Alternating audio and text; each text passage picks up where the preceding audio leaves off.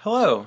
In this video we are going to solve systems of equations, and we're going to be using the matrix method to solve this by the calculator. So we're going to be using Gauss-Jordan elimination, but we're going to do it by using a command called RREF on the calculator. That's reduced row echelon form. So I'll show you how to do this with a system. Here we have a 3 by 3 system. What I mean is we have 3 equations and 3 unknowns. So notice we're going to solve for the system, leave all of our answers in fractions if we can. So the first thing we want to do is turn this into a matrix. I have 1, 2, 3 rows, and I have 3 columns for the variables, but I also have these constants over here, so I need 4 columns. So I'm going to use the calculator to solve this system and construct a matrix. Notice we said it has 3 rows by 4 columns, so that's what I'm going to put into the calculator.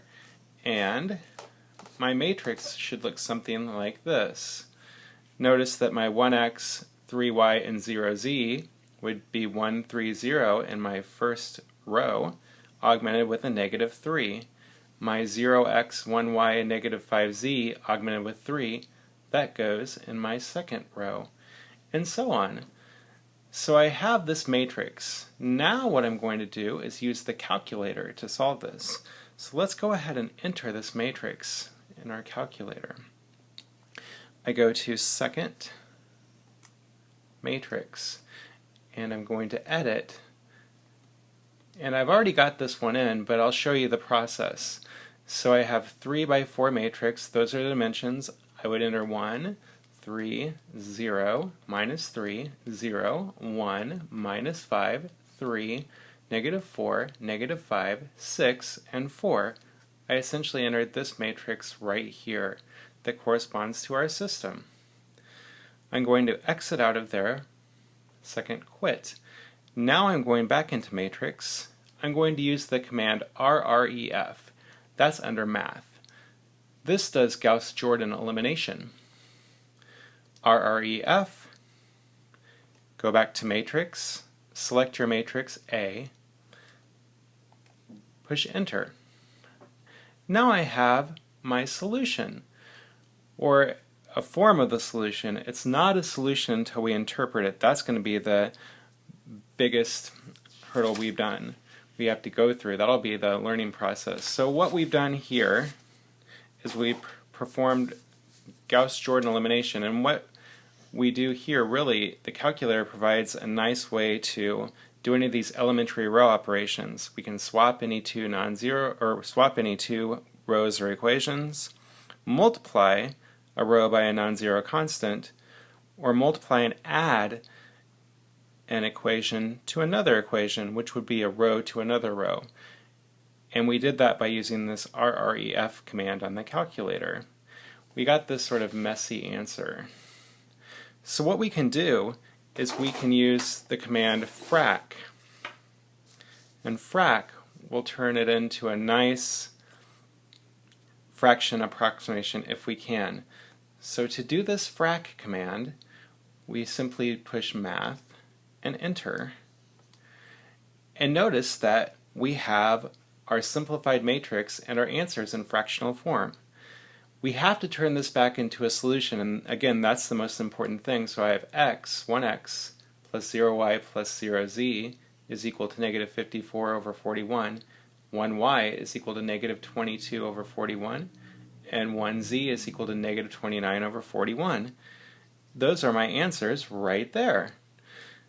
So this one is going to be a consistent system with one solution. Consistent means essentially it has an answer, and it's not dependent, because dependent would mean it would have more than one answer. Alright, let's try another one. So in this one, I have these systems of equations here. So I'm going to give you a second or two. You might want to pause the video to go ahead and enter this, turn this into a matrix and enter it.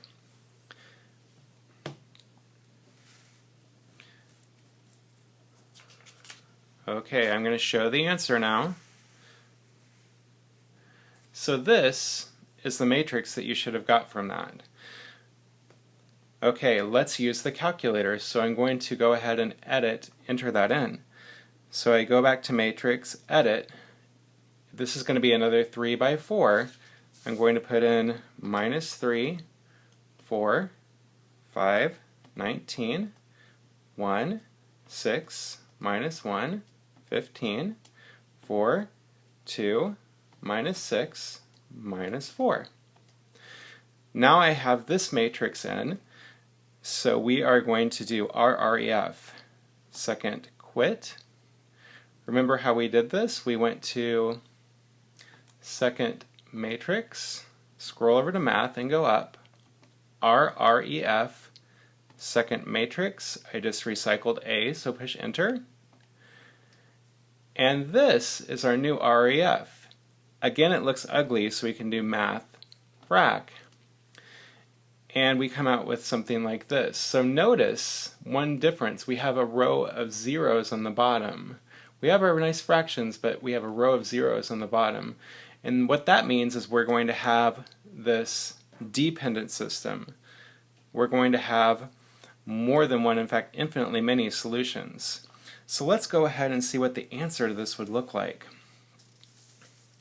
My RREF looked like that, and if I make it into fractional form, it was 1, 0, -17 over 11, just using the calculator, -27 over 11, I have 0, 1, 1/11, 32 over 11, 0, 0, 0, 0.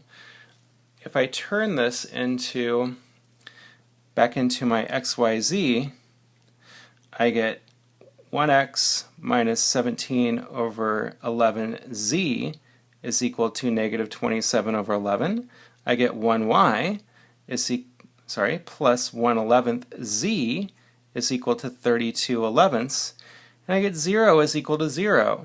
So this true statement means that z is a free variable. And that means z is free to do whatever it wants to do. So we'll just say z is equal to z.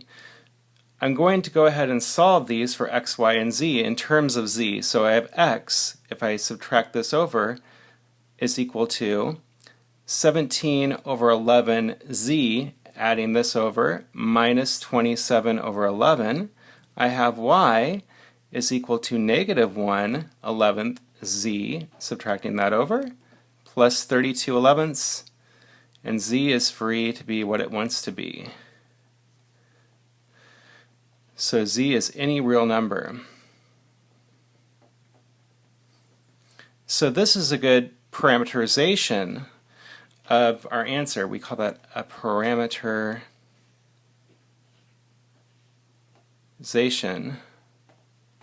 of our answer.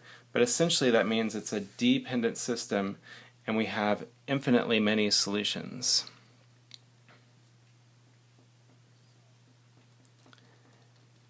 By the way, if we had this inconsistent system, it would look just like this in RREF, but there would be a 1 on the right-hand side, so it would be 0 is equal to 1. Instead of a true statement, it would be a false statement. That could never happen. So that's the only other case we could have. I hope this has helped. Thank you.